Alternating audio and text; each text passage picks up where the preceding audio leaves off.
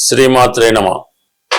మీనరాశి వారికి జూన్ 16 నుంచి 30 మధ్యలో జరగబోయే పక్ష ఫలితాలు.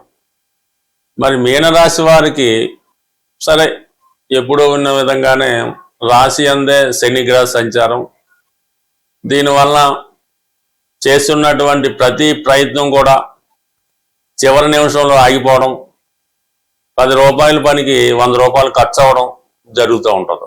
అయితే ఇప్పుడు ఏమైందంటే ఈ మీనరాశి 2 పాపగ్రహాల మధ్య పాపకర్తారి యోగంలో పడింది.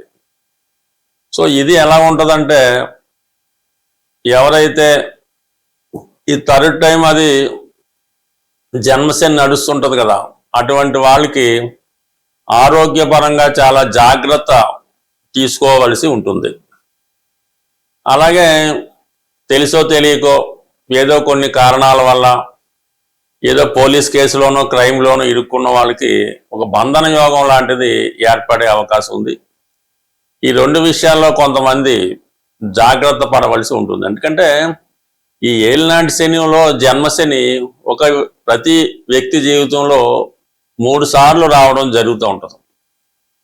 ఫస్ట్ టైం అన్నది బాల్యంలో వచ్చినప్పుడు అది తల్లిదండ్రుల మీద ప్రభావం చూపిస్తుంటుంది. విద్యార్థి అయితే విద్యార్థి చదువు మీద ప్రభావం చూపుతూ ఉంటుంది. ఈ సెకండ్ టైం వచ్చినప్పుడు ఇది మిడిల్ ఏజ్లో వస్తూ ఉంటుంది. పిల్లల చదువులు, పెళ్ళిళ్ళు, బాగా తీవ్రమైన ఆర్థిక ఇబ్బందుల్లో రావడం, ఉద్యోగాలు పోగొట్టుకోవడం, ఏదో ఒక బలహీనత, పేకాటో వ్యసనమో, అమ్మాయి ప్రాబ్లం ఇరుక్కొని వచ్చిన జీతం అప్పులకి వడ్డీలకి పోతూ ఉంటుంది. ఈ థర్డ్ టైం అన్నది కొంతమందికి ఈ హెల్త్ ప్రాబ్లమ్స్, బెడ్ రెడ్ అవ్వడం జరుగుతూ ఉంటుంది.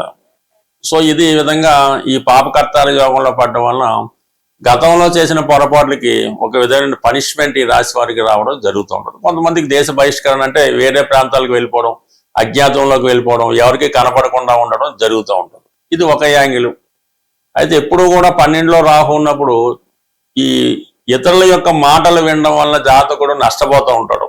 సులువుగా పోయేదానికి ఏదో అక్రమ సలహా ఇస్తూ ఉంటాడు. ఏదో చిన్న పొరపాటు చేయనుకోండి, అది ముందుగానే యాంటీసెక్టర్ బెయిల్కి వెళ్ళిపోవడం వల్ల ఆ నేరం ఏదో పెద్ద తీవ్రమైన నేరంగా పరిగణించి వారి జీవితాంతం వాడిని వేటాడుతూ ఉంటారు. సో అందువలన ఏంటంటే తప్పు చిన్నదైనా పెద్దదైనా అది సులువుగా పరిష్కరించుకుంటే మంచిది తప్ప ఇతరుల మాటలు నమ్మి మరింత ఇష్యూ పెద్ద చేసుకుంటే ఇబ్బంది కలిగే అవకాశం ఉంటుంది. బట్ ఏదైనా కుజుడు ధనస్థానంలో కొంతవరకు భాగ్యాధిపతిగా దైవభక్తి పెరుగుతుంది. కుటుంబ సభ్యులు క్రమశిక్షణతో మెలిగే అవకాశం ఉంది. ప్రతి సందర్భంలో కూడా మీకు వాళ్ళు సహకారం అందిస్తూ ఉంటారు. అదే మీరు అది అర్థం చేసుకోలేకపోతుంటారు. ఇక జూన్ 20 తర్వాత కుజుడు తృతీయ స్థానంలోకి వెళ్ళడం వల్ల కొంత ధైర్యంతో ముందుకు వెళ్తారు. అనారోగ్య సమస్యలతో ఉన్న వాళ్ళు వాటి నుంచి బయటపడతారు.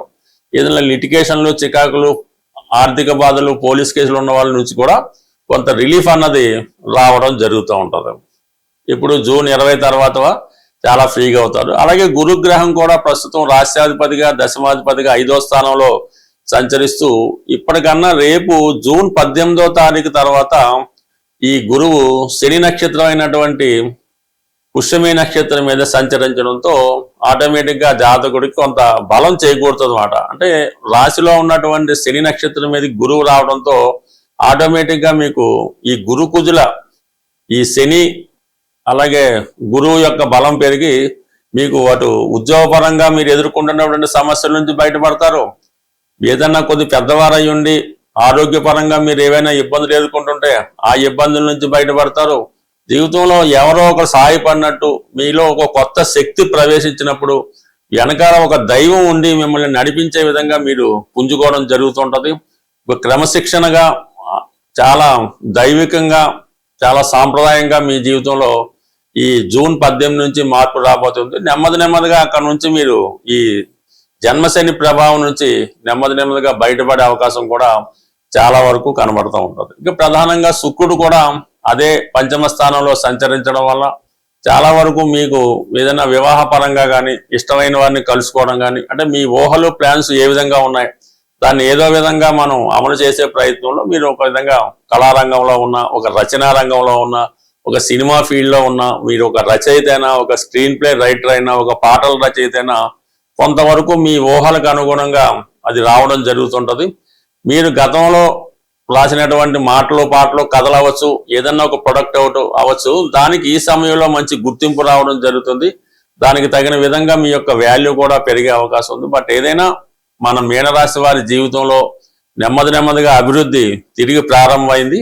అంటే దానికి మీరు కూడా కొంతవరకు సహకరించవలసి ఉంటుంది. అది మీ అభివృద్ధి అయినప్పటికీ కూడా మీరు సహకరించకపోతే అది పెద్దగా ఏమీ రాణించే అవకాశం లేదు కాబట్టి ఈ సమయంలో మీరు గతంలో ఉన్నటువంటి బలహీనతల్ని పక్కన పెట్టి ఇతరుల మాటలు వినకుండా మీ యొక్క సొంత తెలివితేటలతో మీ పనులు మీరు పరిష్కరించుకుంటే జీవితంలో మీరు కోల్పోయినటువంటి నేమ్ అండ్ ఫేమ్ని తిరిగి పొందే అవకాశం ఉంటుంది.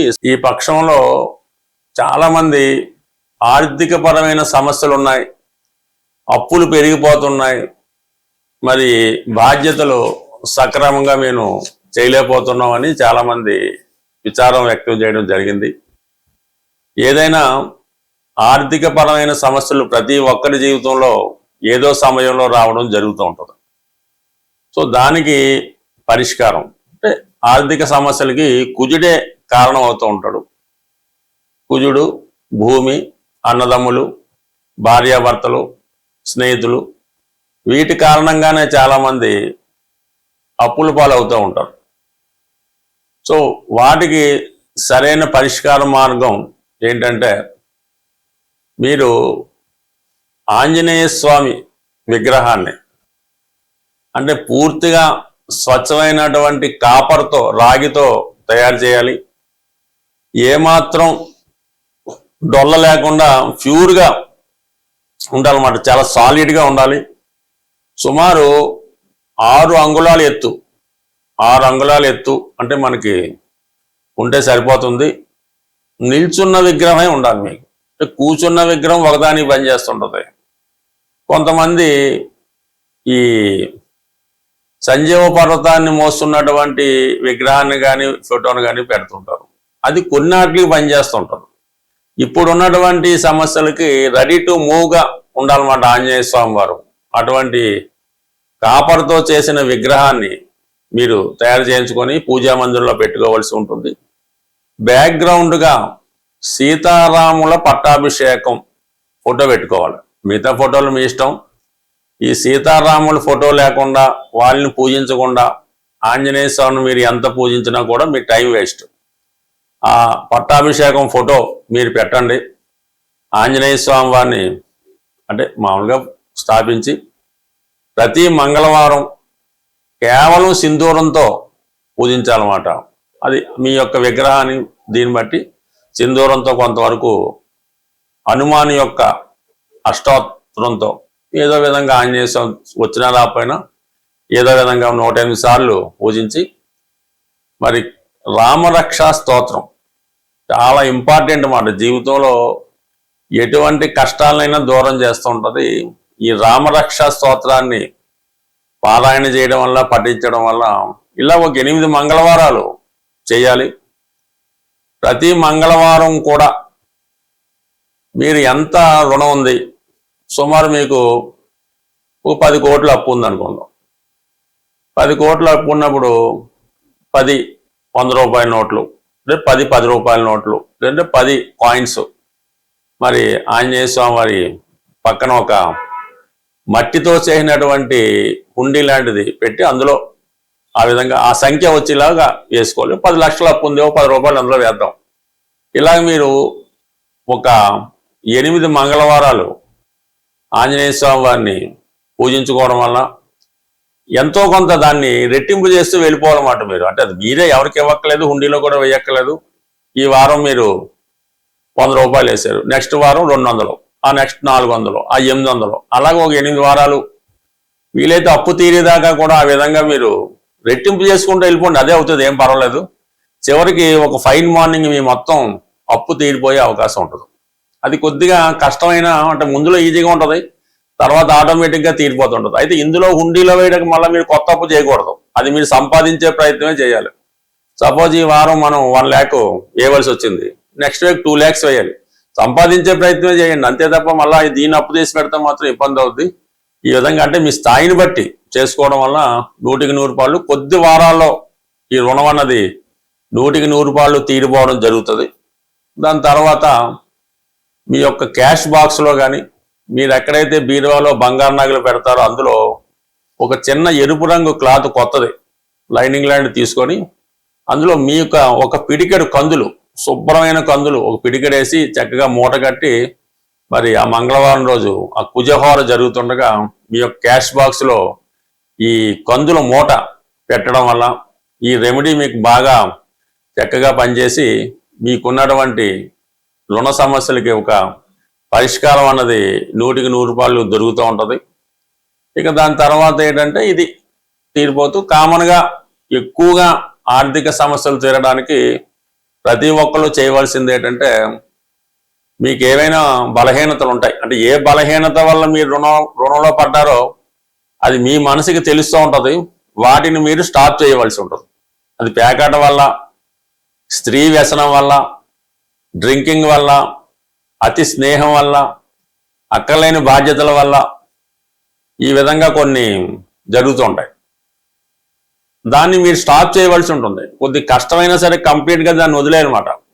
అప్పుడు మాత్రమే మీరు ఆ రుణం నుంచి బయటపడతారు తప్ప మీకు ఉన్నటువంటి బలహీనత కంటిన్యూ చేసుకున్నంతకాలం మీరు ఆ రుణం నుంచి ఆ అప్పు నుంచి 100% బయటపడలేరు. కొంత కష్టమైన కొన్ని బలహీనతలను పక్కన పెట్టి ఆదిత్య హృదయం ప్రతిరోజు చదవడం మరి మీ యొక్క రుణ సమస్యలకి ఇది కంప్లీట్గా పరిష్కారం చెప్పే అవకాశం ఉంటుంది. స్వస్తి.